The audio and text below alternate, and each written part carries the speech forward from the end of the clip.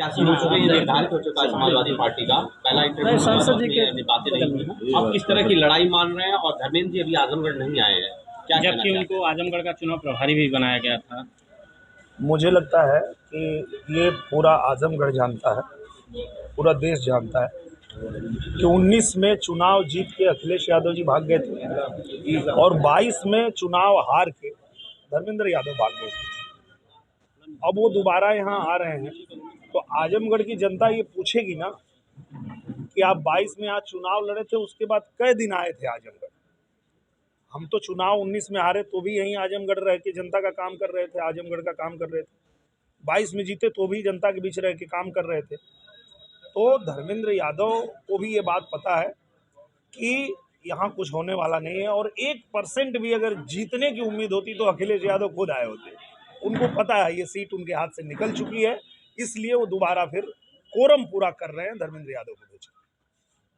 जिस तरह से समाजवादी पार्टी लगी हुई है आजमगढ़ की, अगर हम बात करें तो आजमगढ़ में समाजवादी पार्टी दावा कर रही है कि वो जीत दर्ज करके 24 में जो 22 का बदला उसको 24 में देगी। तो वो तो दावा ये भी कर रही है कि वो सरकार बनाएगी, वो तो दावा ये भी कर रहे हैं कि अखिलेश यादव प्रधानमंत्री बन जाएंगे।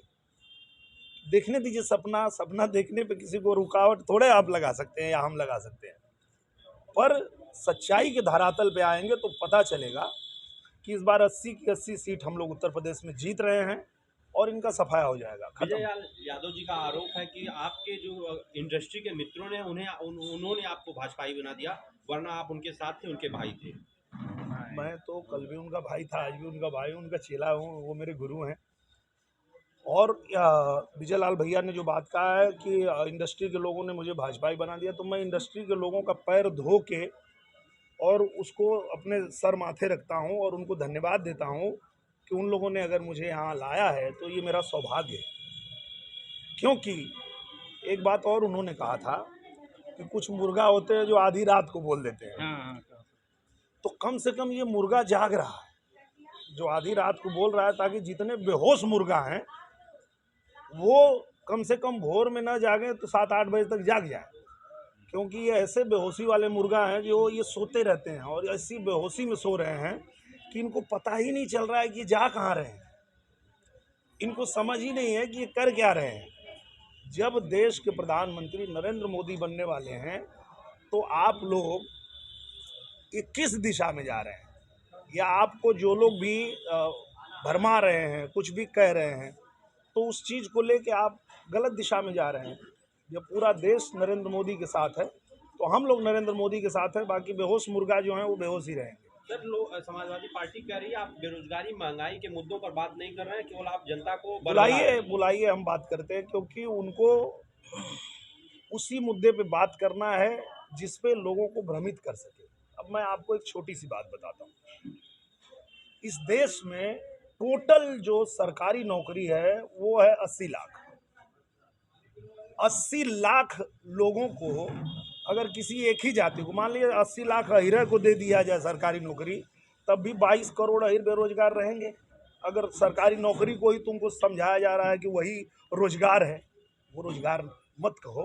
रोजगार का मतलब ये है कि जैसा हमारे प्रधानमंत्री जी कर रहे हैं कि आप पढ़ लिख लिए तो आपको पैसा चाहिए रोजगार करने के लिए, सरकार दे रही है, आप पैसा लो, रोजगार करो। उसमें अलग अलग रोजगार करने का अवसर है। आप विश्वकर्मा योजना में पैसे ले लीजिए, आप स्वनिधि योजना में पैसे ले लीजिए, 30% आपको सब्सिडी भी मिल जाएगी, 1 पैसा आपको ब्याज नहीं देना है, और जितना लोग चाहें उतना लोग अपना रोजगार करें। ये होता है रोजगार देना, और ये होता है मुद्दे पे बात करना। वो क्या कहेंगे, सरकारी नौकरी जो 80 लाख है उसी में उनको घुमाते रहेंगे और उनकी जो बुद्धि है उसको बंद करके अपने पीछे घुमाते रहेंगे। अच्छा, कल धर्मेंद्र जी आ रहे हैं, इतने दिनों के बाद आ रहे हैं, कल प्रेस वार्ता करेंगे, तो क्या कहना चाहेंगे? आ रहे तो मुझे ये लगता है कि कम से कम चुनाव तक टिके, क्योंकि 3 दिनों का शेड्यूल है सर आजमगढ़ में 3 दिन बाद फिर होगा।